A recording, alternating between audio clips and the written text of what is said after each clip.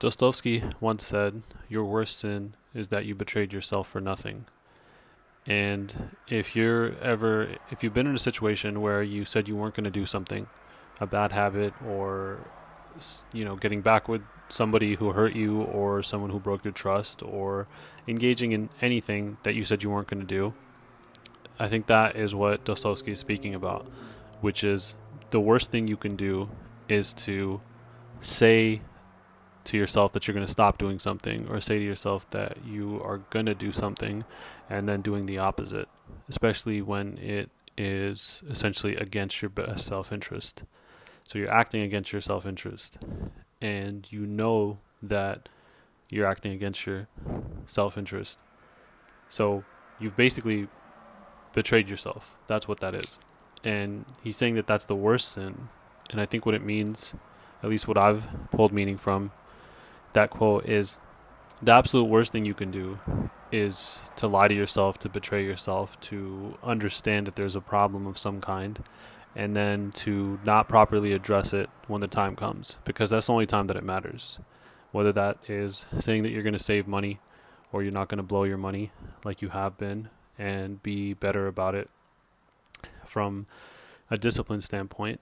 You can say that in the moment, but then when the time comes for you to make the decision, the hard decision to, not spend money on something you shouldn't spend money on, not to get an expensive car when you can't properly afford it, not to spend money on food, or not to spend money out drinking or going out or partying or whatever it is. When you say that you're not going to do that and then you still do it, you're betraying yourself. You are lying to yourself, and you're showing yourself that you can't be trusted. You can't trust yourself to hold on to the commitments that you make. And when those situations arise, it's very difficult, right? That's a normal thing. It can be very difficult to not do the thing that you said you were going to do, or to avoid the thing that you said you weren't going to do. But those situations and those instances are the only time it actually matters. To sit alone in your room when you're by yourself and have no temptations and say, "I'm never doing this again," that's easy. But when it comes time to fight against the temptation, or to have the discipline to get up and do the thing that you promised yourself you would do, is the only time that it matters. Because that's when you have to push back. That's when you have to actually hold on to that commitment and see if you can practice it in real time. So I think it's a very powerful statement to say that your worst sin, the worst sin, is to betray yourself.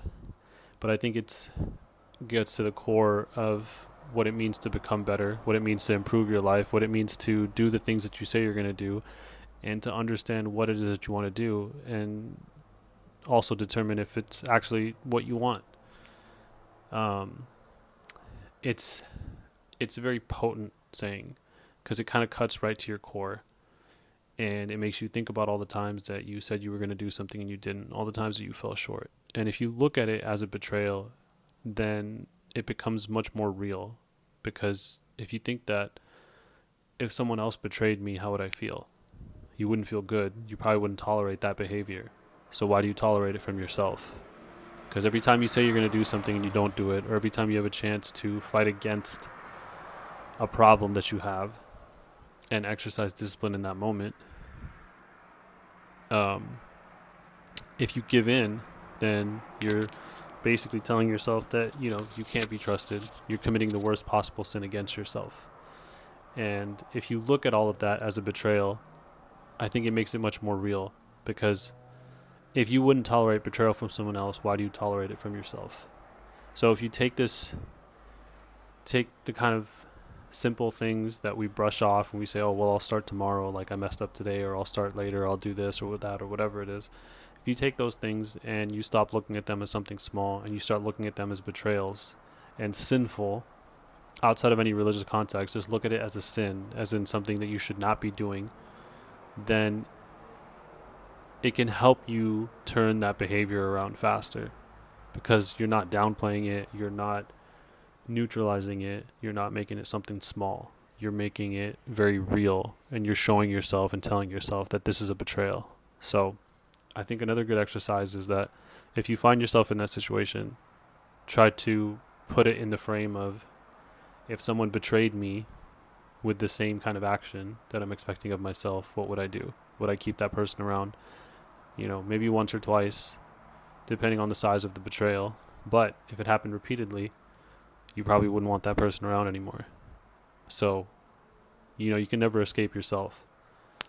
So I think it's a good way to look at yourself in that sense and say, why am I betraying myself? And do I want to keep betraying myself?